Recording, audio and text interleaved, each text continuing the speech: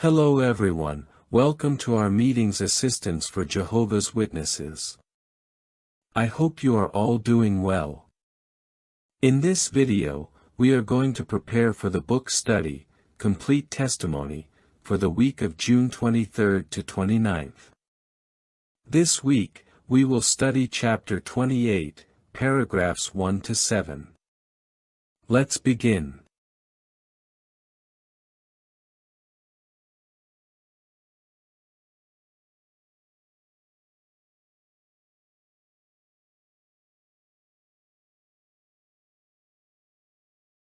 Question 1. What do today's Christians have in common with those of the first century? Today's Christians and those of the first century have in common their dedication to giving testimony, acceptance of the guidance of the Holy Spirit, their ability to persevere in the face of persecution, and the blessings they receive from Jehovah. Additional comments. The first-century Christians were guided by the Holy Spirit to fulfill their mission.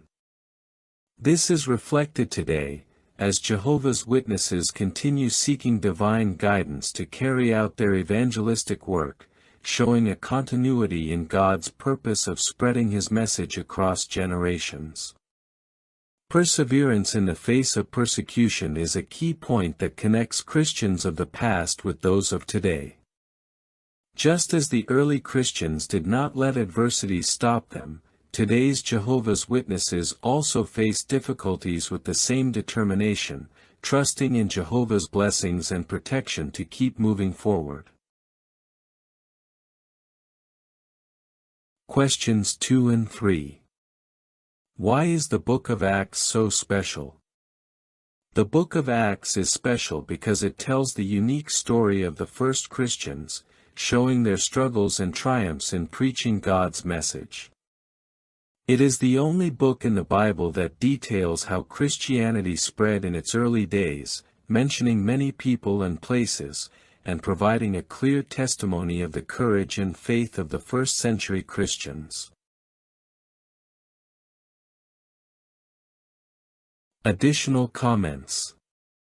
Acts is unique because it not only describes historical events, but also reflects the courage and fervor of the early Christians as they faced difficulties.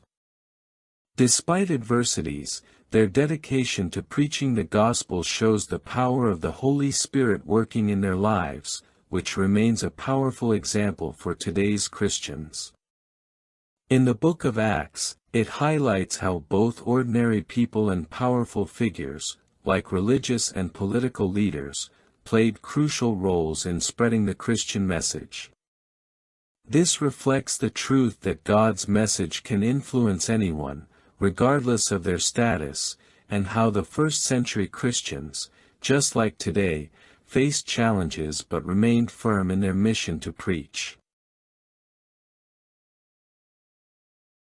Question 4.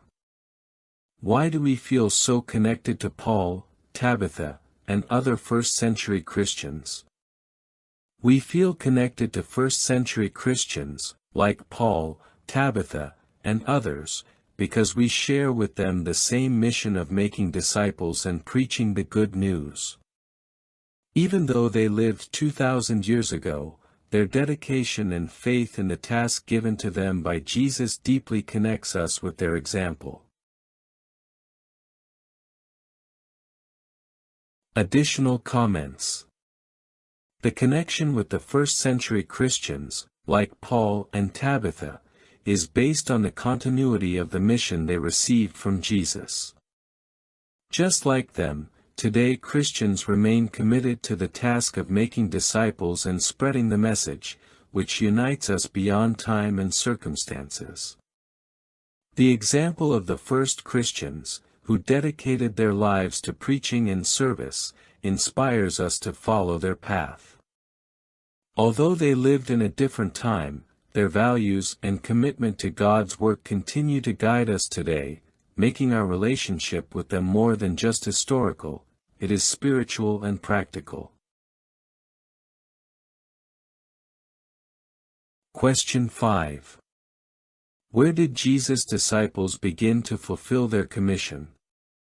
Jesus' disciples began to fulfill their commission by first preaching in Jerusalem, as they were instructed. Then, guided by the Holy Spirit, they expanded their preaching to all of Judea and Samaria. Finally, they took the good news to the farthest regions, thus fulfilling the mission Jesus entrusted to them.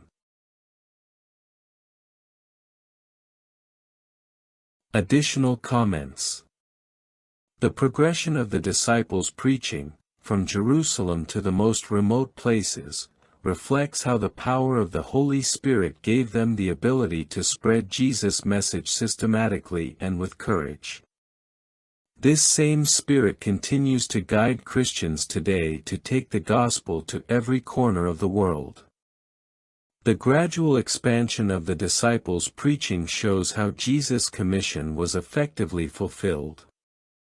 The order of the regions, Jerusalem, Judea, Samaria, and the ends of the earth, highlights the importance of starting with local testimony and then expanding, a pattern that remains relevant in the current missionary work of Christians. Questions 6 and 7. What resources do we have today that the brothers in the first century did not have?